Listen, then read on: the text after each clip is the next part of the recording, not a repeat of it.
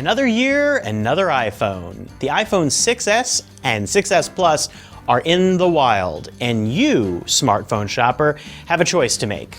Do you get one? And if so, which? I've been living with both of these phones for a week, and yes, Apple's made a ton of changes under the hood. Obviously, it's one of the best phones on the planet. But what's made the biggest difference to me? Well, here are some of the most interesting things that I've noticed.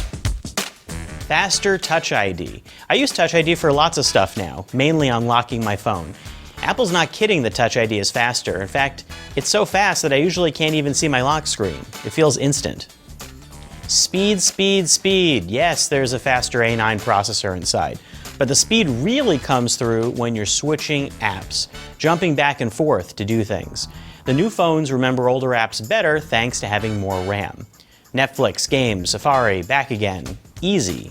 Always on Siri. It really is always on. When driving, I tried asking for directions. At home, I asked about the weather. I set reminders, alarms, I played music. Sure, that's out there in a lot of phones, and it's not exactly like having an Amazon Echo, but the days of always listening devices are here, and they're more useful than ever.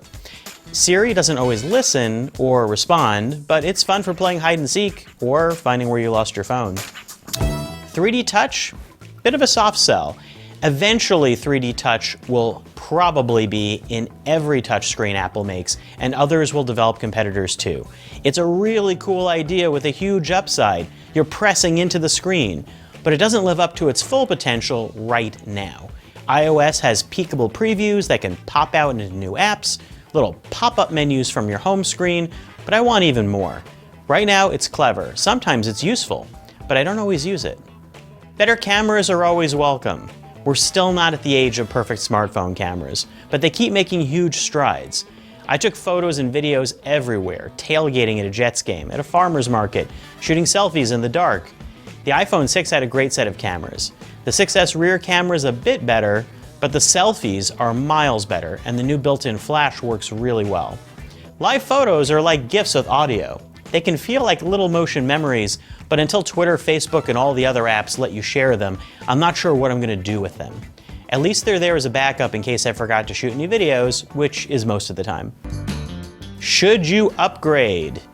It's a similar feeling phone to last year's 6, for most cases, and if you have one of those, you don't really need one of these yet, unless you're in a plan that's already set you up to get a new phone.